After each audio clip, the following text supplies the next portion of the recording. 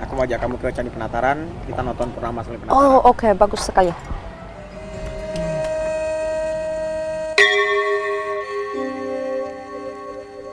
Malam purnama, indah sinarnya menyirami lantai bebatuan yang dihembus desiran angin malam yang membawa pesan-pesan mistis. Aku merasa sedang berada di alam lain. Jiwaku menyusuri kebesaran Nusantara di masa lampau. Sang purnama keluar dari peraduannya ketika seruling mulai dibunyikan.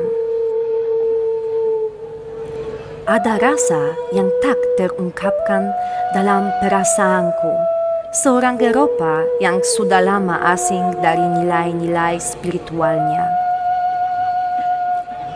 Sahabatku yang baru ku kenal ini adalah penggagas pertunjukan budaya yang hebat ini. Baru ku tahu bahwa kegiatan ini memiliki nilai-nilai persaudaraan dan perdamaian suku bangsa di dunia karena sejarah kebesaran Candi Penataran itu sendiri. Aku sangat terkesan. Ternyata Blitar memiliki kesenian yang berkelas. Tari selamat datang yang disebut tari emprak asli Blitar dan dimainkan oleh penari-penari cantik dengan gerakan yang sangat indah. Jaranan yang unik dengan anyaman kuda bambu, sebuah penggambaran sifat-sifat pemberani dan dinamis. Dan juga tari barong rampok yang kaya akan filosofi kehidupan. Dan menurut Wima, tarian yang satu ini pernah memenangkan penghargaan di Festival Tari Sedunia di Korea Selatan pada tahun 2011. Tidak kusangka bahwa di malam ini aku tidak hanya akan menyaksikan performer dari Blitar, tapi juga dari Korea, juga permainan jimbe dan goyangan dari Afrika. Dan ternyata aku juga bisa bertemu dengan seorang Indian di sini. Luar biasa, tidak pernah terbayangkan sedikit pun olehku. Dan pada akhirnya, aku menyaksikan sendera tari Kisah Panji yang kata Wima berasal dari relief-relief yang ada di Candi Penataran. Spektakuler. Seandainya aku seorang performer, aku tidak akan melewatkan kesempatan untuk tampil membawakan kesenian Polandia di Candi yang agung ini.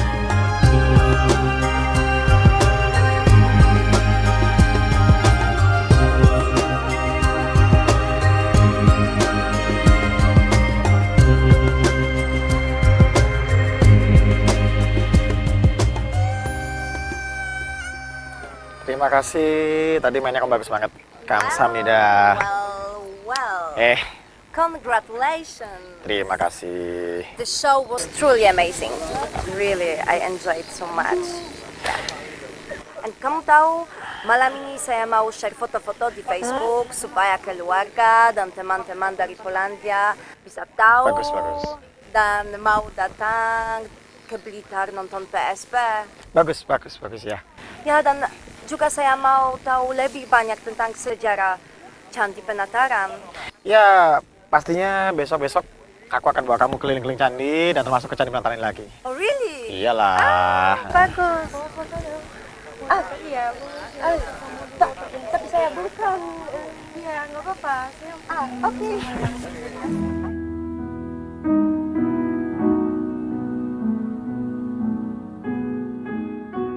Aku memulai penelusuran asal-usul leluhurku dengan pengalaman yang luar biasa.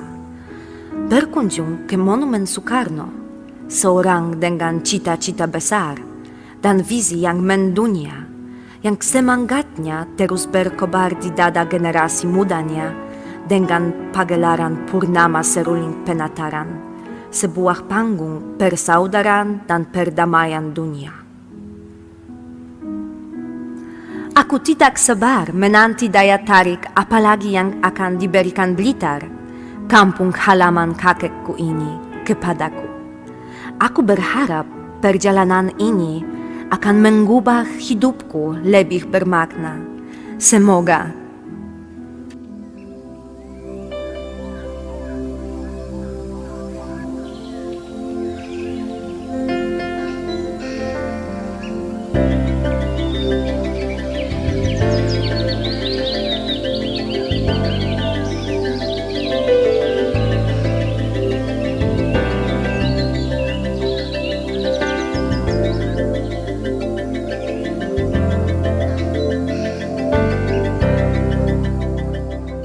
Pagi. Pagi. Ya? Udah lama? Ya, sudah di sini dari sejak sunrise. Pemandangannya indah. Ya. Saatnya aku belajar sejarah tentang Candi Penataran, yang konon katanya merupakan candi pusat spiritual kerajaan Nusantara di masa lampau. Ini adalah candi angka tahun, karena terdapat pahatan angka tahun pada bagian atas pintu masuknya. Candi yang ramping ini sekaligus merupakan ikon daripada Blitar. Di dalamnya terdapat arca Ganesha, dewa ilmu pengetahuan dalam kepercayaan Hindu.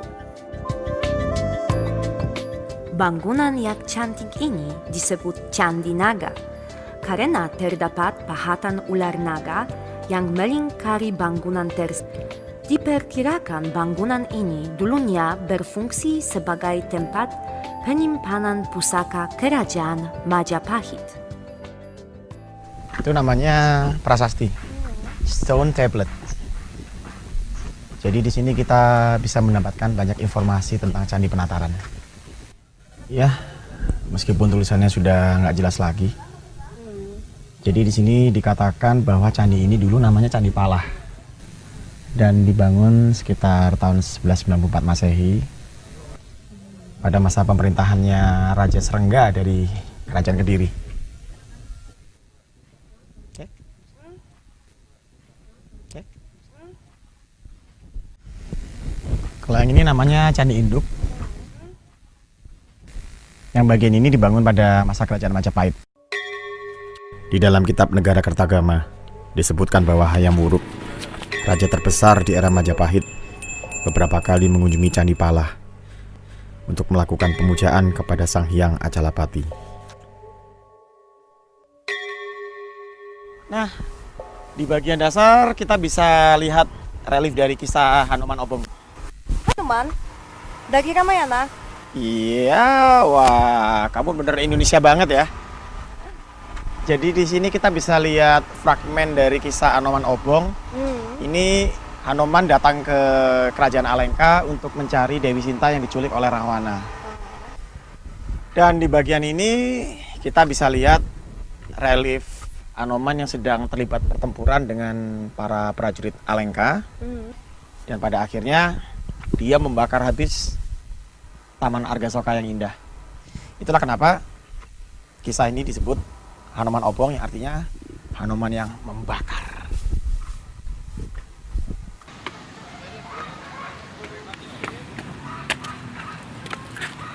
Kalau yang ini relief Kresnayana.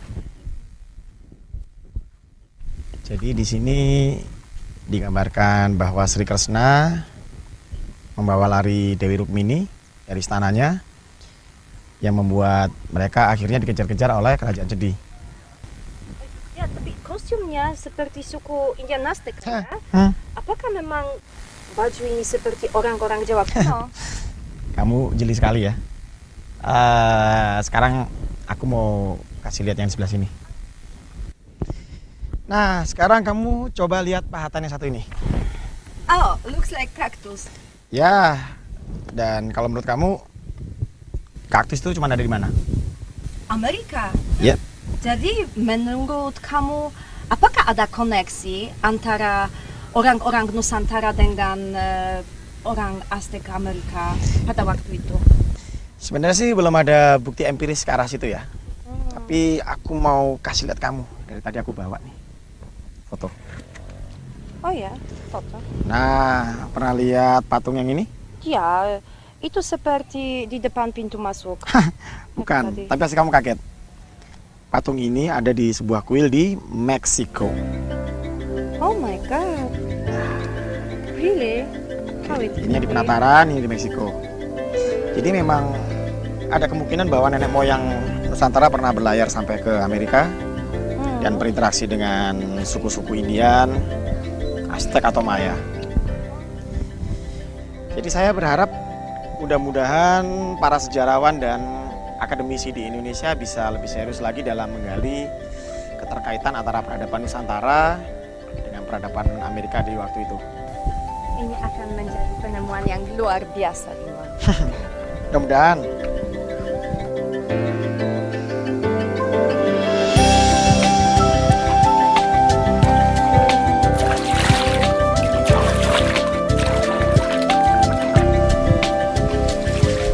Haha, bule koceh.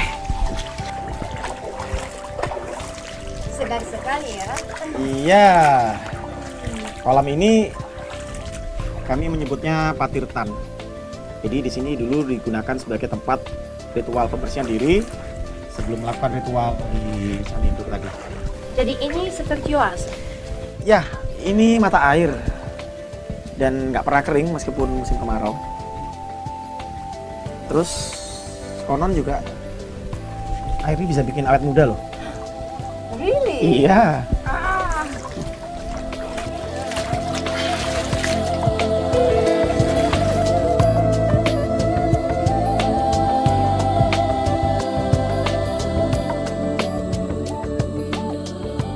Oh, buah itu apa? Hmm? Yang ini. Oh itu. Ya. Ntar.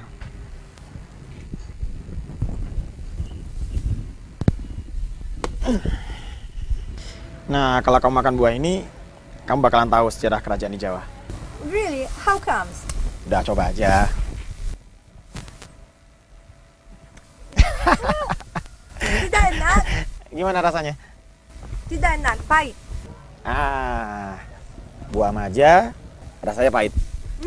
Ya pasti pahit. Ya, katanya ide. Majapahit. Iya, aku juga mau nyoba. Coba.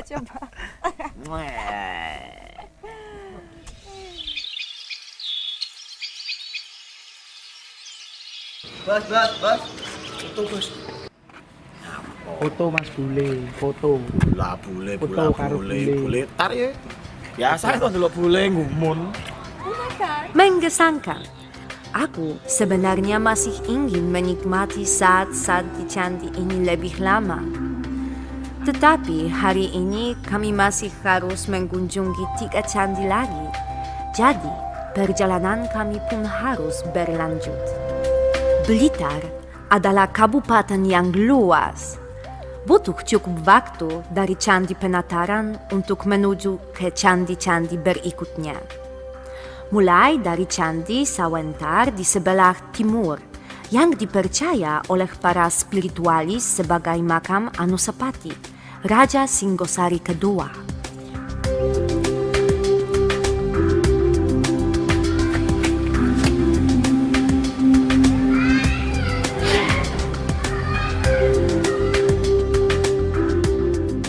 Dan Candi Mleri di sebelah barat yang menurut negara Kartagama merupakan makam Vishnuvardhana, Raja Singhosari keempat.